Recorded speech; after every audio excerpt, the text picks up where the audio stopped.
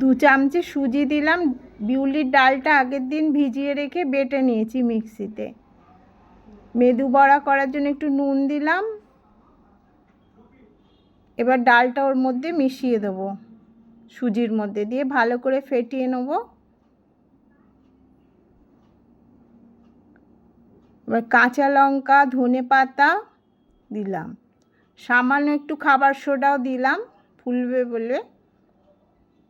এবার এপাশে একটা ফ্রাইং প্যান বসিয়ে নিলাম, নিয়ে তেলটা গরম করে পেঁয়াজটা দেব।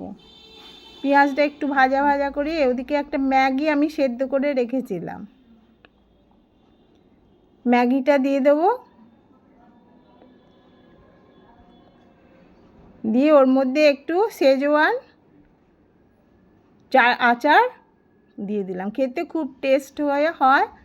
ম্যাগির মধ্যে দিয়ে একবার করে দেখবেন।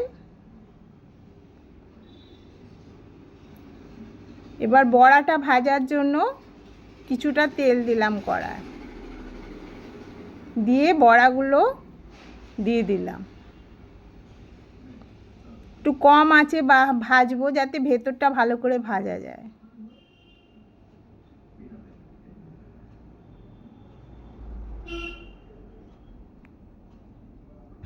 এরম পরপর 2-3 খানা ভেজে কেটে নিয়েছি। একটা আলু সেদ্ধ করে নিয়েছি, নিয়ে মধ্যখান থেকে পাতলা পাতলা করে কেটে বসিয়ে ওর মধ্যে একটু টমেটো সস মাখিয়ে নিয়েছি আলুটার ওপর, দিয়ে ওর মধ্যে ম্যাগিটা দিয়ে দেবো।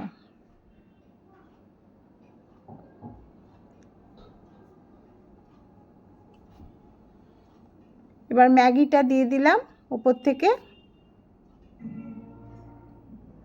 এবার চাপা দিয়ে দেবো আর একটা পাশ দিয়ে। আর ওর মধ্যে গ্রেট করা চিজ কিছুটা দিয়ে দিলাম।